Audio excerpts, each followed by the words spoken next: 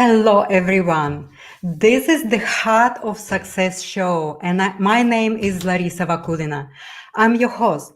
I will go live every Wednesday at 2 p.m. South Australian time zone. This is the show for successful entrepreneurs and business owners that are made a really great success in their businesses and work and professional life, but they feel very stuck. They feel unfulfilled. They feel unhappy. They cannot create connected relationships. They cannot spend quality time with their families. So this is the show for them. And I remember I was there myself, and I would like to share today with you my success journey and my transformation towards a success in all areas of my life. This is my first show and I'm really nervous. This little part of me and a little voice is actually telling me right now, just stop it and go and run away and hide. But the bigger part of me saying, no, stay and take a risk. So I'm taking risk here to be exposed in my fear, because I would like to share experience, knowledge, methods, tools, and techniques, how you too can create success in all areas of your life. I was just making a research about definition of success, and to my surprise, most of these sources are telling that success is attainment of wealth, position, or favor. It is achievement of desired or wanted outcome.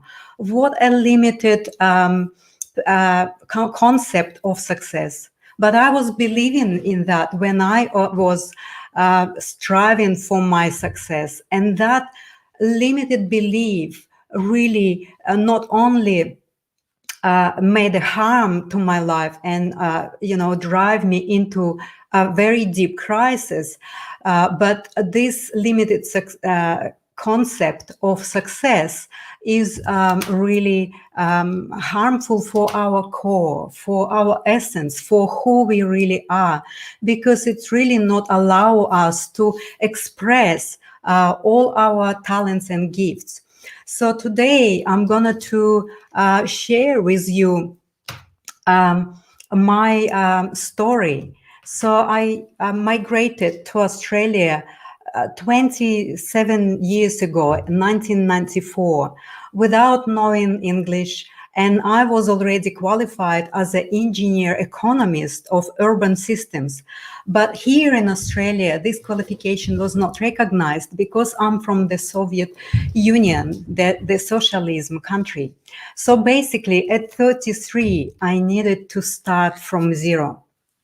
So, but I was so excited because it was new country, it was new development, it was new life that I was really looking forward to.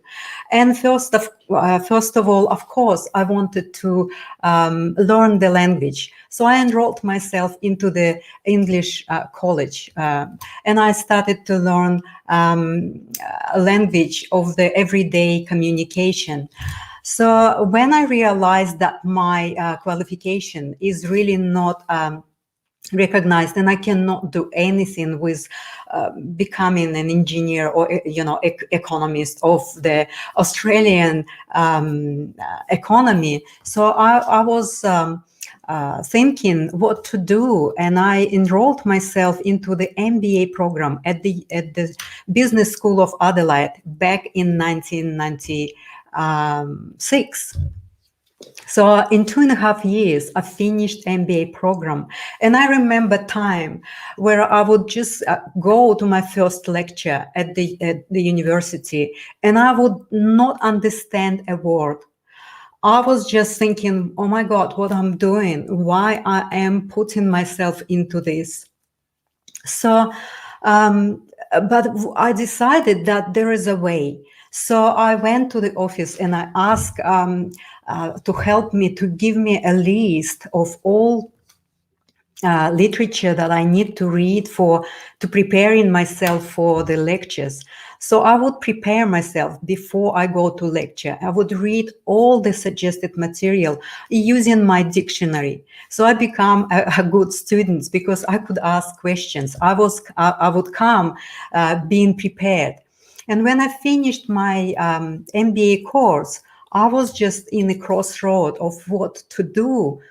I didn't really understand that being graduated from MBA program, I actually was overqualified for many positions.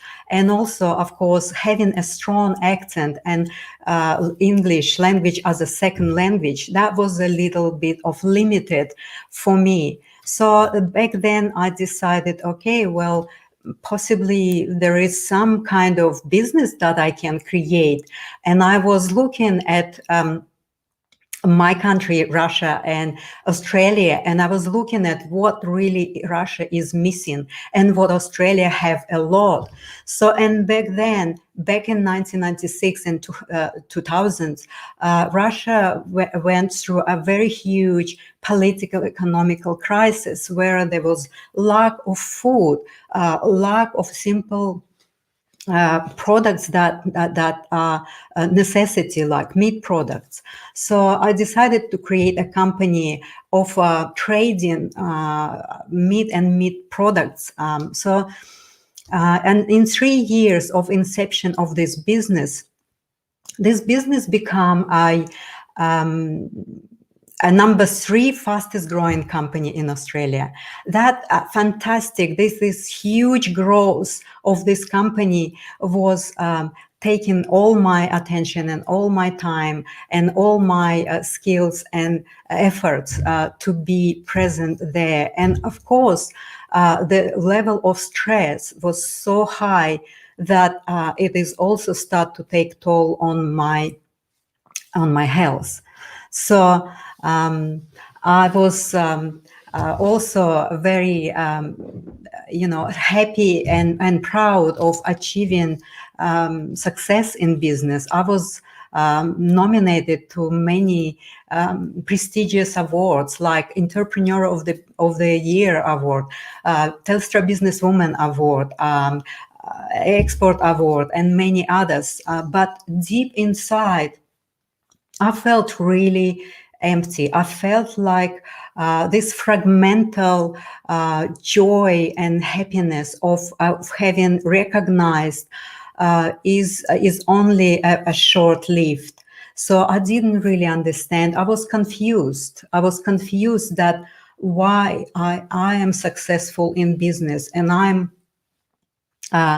having financial independence, and I can have a lot of choices, but within myself inside, I felt really not happy. So then I was thinking, I was start to develop depressional symptoms, and I start to really be tired and exhausted, and but I still would really force myself to get up every morning and go to work and keep managing and keep increasing and achieving more and more and more and doing more.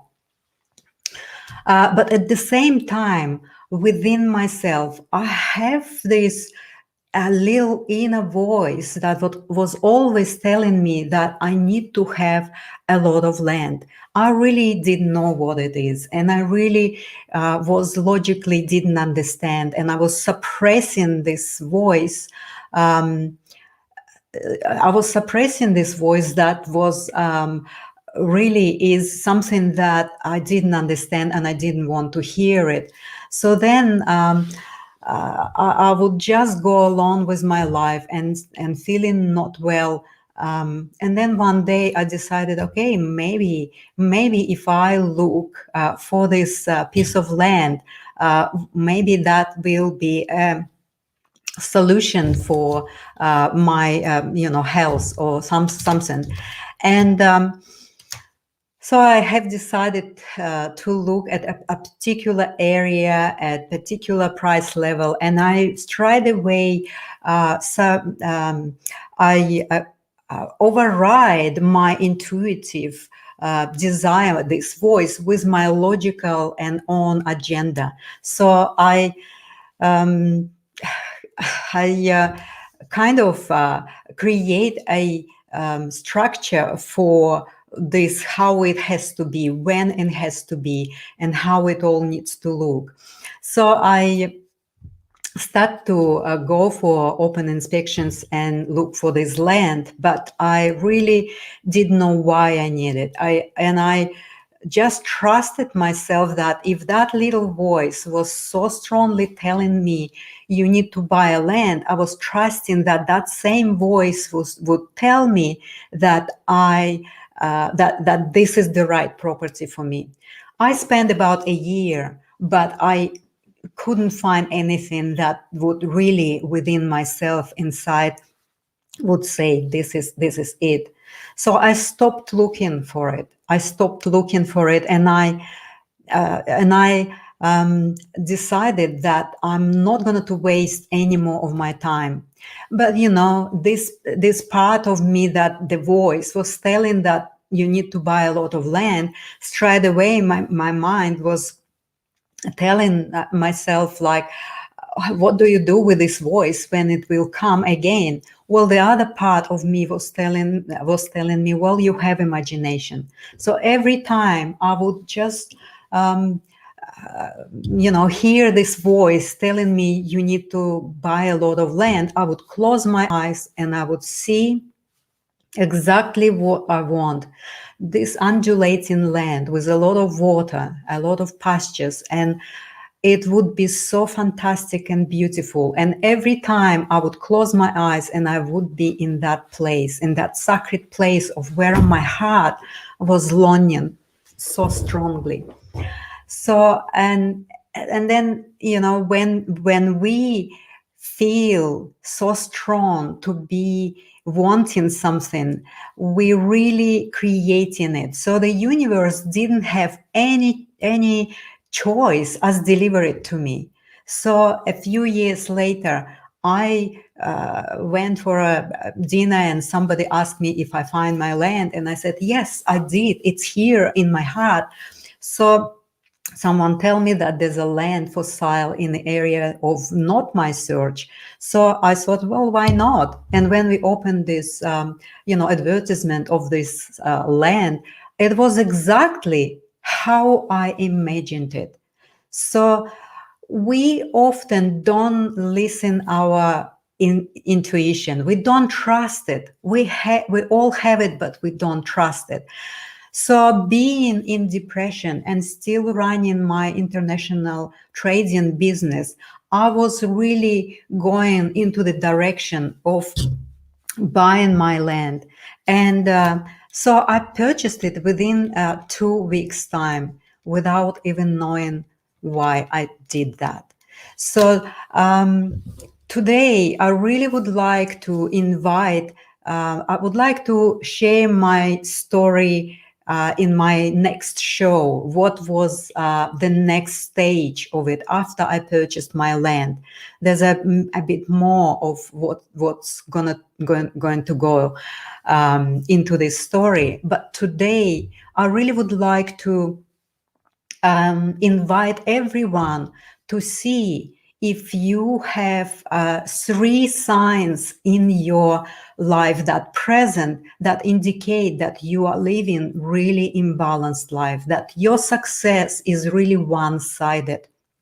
So the first one is that you are really proud and you're really happy of your achievement, but you not happy in your life. There's always a little voice within yourself asking these questions: is this is really all it is in life? Is this is really all it is for me here? So if you ask this question, well, then there is a deep longing for a much more better joy and happiness in your life. So the second is that you have a lot of friends, you have a beautiful family, and you have a big wide circle of friends within your community. But at the same time, you sometimes feel very lonely. You feel disconnected and you feel separated. So there's a really huge sign that there is a disconnection happening, and your success is only one-sided. So the another one, and another one is that you regular take time off, or you go to your holidays regularly every year, but you but you feel exhausted, you feel tired, and you're also overwhelmed with the level of your responsibility. So I really would like to invite you to contemplate on these three signs. And even if you have one sign, this is already a call for you to start to really pay attention to your life and how you distribute your energy, how you distribute your efforts. And if you really not looking at other areas of your life, and you're not really paying attention, or not contributing your time, and you're not resolving the issues that are within yourself, are sitting and blocking your happiness, your success that can be achieved in all areas of your life, well then you accumulating these blockages, and eventually, inevitably, you are creating some sort of crisis. So it can be a profession crisis in your profession, it can be illness crisis, it can be a relationship crisis. So I have experienced all of them at the same time. I remember a time when I was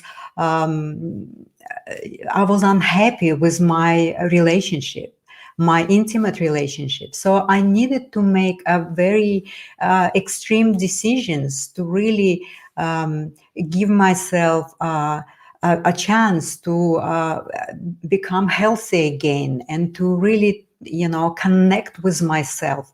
But it doesn't need to, it doesn't, I need to have a glass of water. Thank you. So it doesn't need to be the way that most of the successful people trying to avoid, or they don't have awareness, or they not admitting that these things are present in their lives. A lot of successful business people saying, well, this is life. This is life, and they settle for this concept, saying this is life. They're not really willing to look and face all of these issues. For example, the relationship that they formed when they begin your relationship. It was really great and exciting. But then with your business, with your time that you constantly putting into the creating success, wealth, and going through positions, you not paying attention to your relationships with your partners, relationships with your children, relationships with other family members and friends. So this is all the signs that are slowly driving you into the crisis. So this show, the Heart of Success show, is really here for you, to help you to navigate these dynamics, and provide for you tools, techniques, and knowledge and experience, so that you can avoid a deep crisis, because it's really painful.